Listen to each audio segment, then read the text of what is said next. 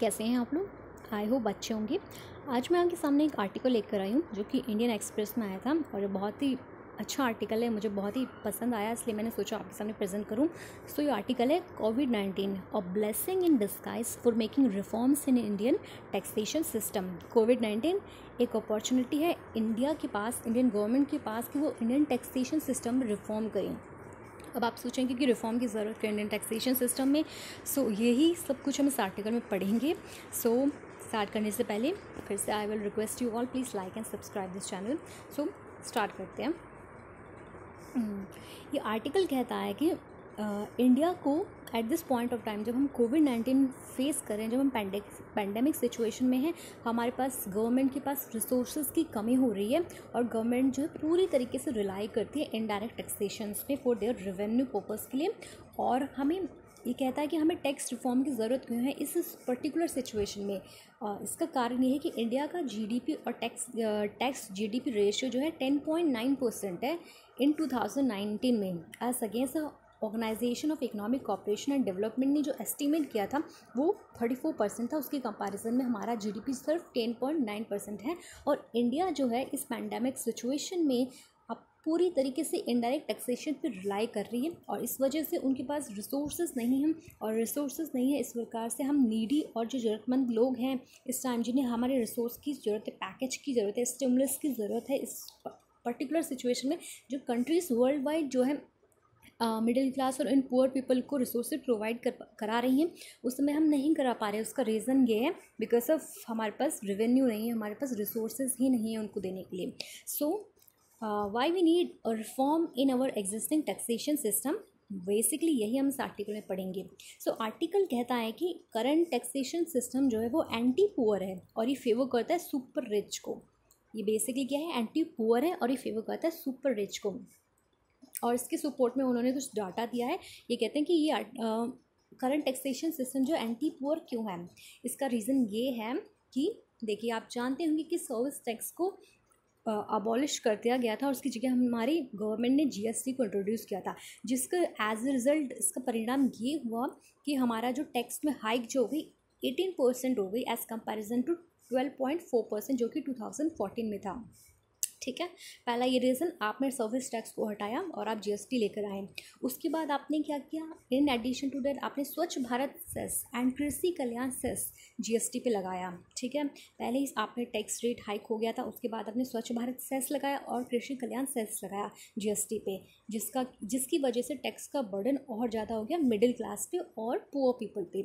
और उसके साथ साथ इस आर्टिकल में कहा गया है कि there is no transparency in collection and utilisation of these cess, there is no audit, proper audit of this cess. तो हमें पता नहीं चलता कि ये बेसिकली ये सेस का यूटिलाइजेशन कहाँ पर हो रहा है, इस पर कोई ट्रांसपेरेंसी नहीं है।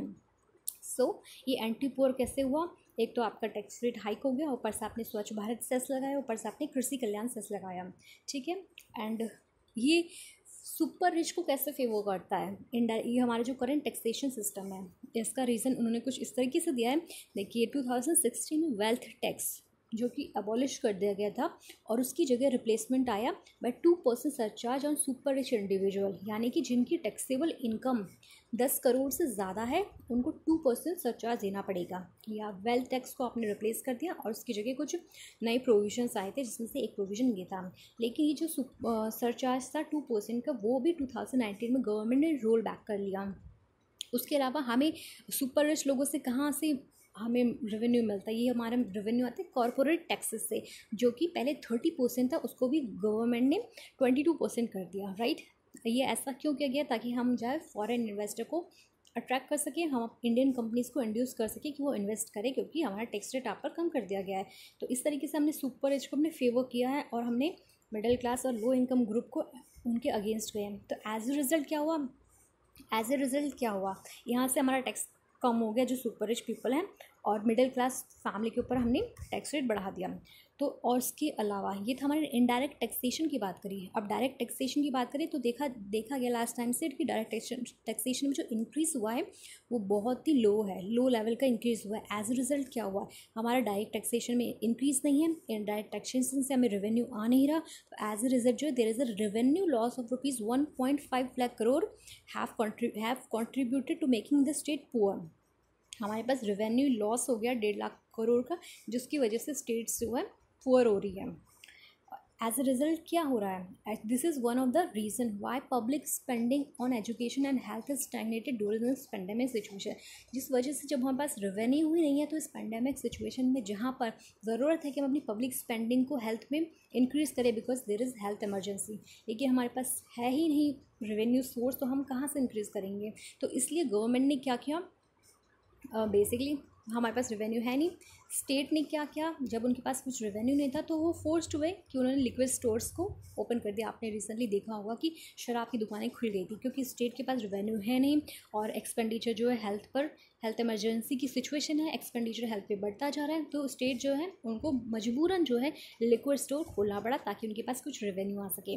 और सेंटर ने क्या मूवमेंट लिया, सेंटर ने क्या किया, पेट्रोल की प्राइस जो 10 रुपये पर लीटर इंक्रीज़ कर दिए, जबकि ग्लोबल सिनेरियो ये है कि crude prices have been following and that is, अगर देखा जाए सेंटर ने जो इनिशिएटिव लिया है और जो स्टेट ने इनिशिएटिव लिया है, वो भी एक तरीके से पुअर और मिडिल क्लास फैमिली की ऊपर और बर्डन डालता है। उन्होंने पेट्रोल प्राइस इंक्रीज कर दिए, लिक्विड की शॉप्स खोल दी, जिससे कि कौन अफेक्टेड होंगे, पुअर होंगे और मिडिल क्लास फैमिली होगी।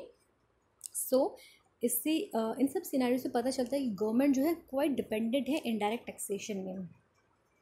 सो इस सिचुएशन को देखते हुए कुछ ग्रुप ऑफ ऑफिसर जो हैं और इनकम टैक्स ऑफिसर, उन्होंने कुछ सजेस्टेड मेजर्स दिए, जैसे कि हमें हायर टैक्स रेट बनाने चाहिए सुपर रिच पे, अलॉन्ग साइड हमें उनके ऊपर एक कोविड रिलीफ सेस ऑफ 4% लगाना चाहिए जिनकी इनकम जो 10 लाख से ज़्यादा है। ये कुछ मेजर्स दिए गए। इसके अलावा एक स्टडीज़ हुई है, एक रिपोर्ट के according IIFL wealth Hurun India rich list, इस रिपोर्ट के अकॉर्डिंग इस शो हुआ है कि फॉर्च्यून 953 रिचेस्ट इंडियन फैमिलीज़ जो हैं वो मोर देन 26% द कंट्री की GDP को होल्ड करती है। See the fact that 953 richest Indian family hold करते हैं 26% of the countries GDP, right. ये इंडिया की बात हो रही है। This means that a tax rate of 4%, जैसा कि ऊपर सजेशन में दिया गया था कि हमें उनके ऊपर 4% कोविड रिलीफ सेस लगाना चाहिए। तो 4% अगर हम देखा जाए तो वो इक्वल होगा हमारे 1% ऑफ GDP का, जो कि एक्चुअल में हमारा first and second Covid relief packages जो गवर्नमेंट ने अनाउंस किए थे उसके बराबर हो रहा है। यानी कि कहने का मतलब ये है कि अगर हम सुपर रिच पीपल्स जो हैं हमारी कंट्री की, अगर हम उनके ऊपर टैक्सेशन रेट टैक्स लगाएं, उनको 4% टैक्स रेट उनके ऊपर इम्पोज करें, तो हमारे GDP का 1% के बराबर हमारे पास अमाउंट आएगा, जो कि हम रिलीफ पैकेजेस के बराबर है हमारे कोविड रिलीफ पैकेजेस, जो कि हेल्प करेगा हमारे को पुअर पीपल को इस पैंडेमिक सिचुएशन में मदद करने में। लेकिन ये जो सजेस्टिव मेजर थे जो दिए गए थे ऑफिसर्स के द्वारा, उनको गवर्नमेंट ने सरासर रिजेक्ट कर दिया। सो अगर हम देखा जाए इस आर्टिकल में कुछ सक्सेसफुल एग्जाम्पल भी दिए गए हैं दूसरी कंट्रीज़ के, जैसे कि यूरोप में हाई टैक्स रेट है वेल्थी पीपल के ऊपर, जो कि की रोल प्ले कर रहा है एक strong security net for the poor people के लिए। गरीब लोगों की मदद के लिए ये जो हाई टैक्स रेट है ये बहुत ही कारगर साबित हो रहा है यूरोप में, और इंडिया को जो है यूरोप से सीखना चाहिए और इस सिचुएशन में इनको ये रेप्लिकेट करना चाहिए। ऐसे ही कुछ हमें भी इम्पोज करना चाहिए, हायर टैक्स होनी चाहिए सुपर रिच पीपल पे, ताकि हमारे पास जो अमाउंट आएगा उससे हम कैश ट्रांसफ़र कर सकें और ये फिस्कल स्टिमुलस का काम करेगा इन इंडिया में। और इसके अलावा कुछ अदर कंट्रीज़ भी हैं, जैसे कि बांग्लादेश, इंडोनेशिया एंड वियतनाम, जिनके यहाँ पे हालांकि बहुत ही स्ट्रिंजेंट मेजर्स, बहुत ही कम मेजर्स लिए गए हैं, मतलब कि कोविड को फेस करने के लिए इन्होंने इतने स्ट्रिक्ट मेजर नहीं लिए। जैसे कि हमने लॉकडाउन जैसी सिचुएशन करी है, कंप्लीट लॉकडाउन, इतने टाइम तक उन्होंने इतने कठिन मेजर तो नहीं लिए, लेकिन उन्होंने अनाउंस किया है substantial share of their GDP toward economic relief. So हमें भी कुछ ऐसे ही मेजर्स लेने की ज़रूरत है, हमें भी अपने टैक्सेशन में कुछ रिफॉर्म करने की ज़रूरत है, हमें भी सुपर रिच लोगों पर टैक्स रेट बढ़ाने की ज़रूरत है, तभी हम जो है एक इंक्लूसिव ग्रोथ और एक सस्टेनेबल डेवलपमेंट की तरफ बढ़ सकेंगे, ना कि एक ऐसी कंट्री जहाँ पे ग्रोथ जो होती है इन्वेस्टमेंट से की जाती है। सो ये था आज का वीडियो। आई होप आपको पसंद आएगा। Thanks and subscribe for more videos like this. Thank you.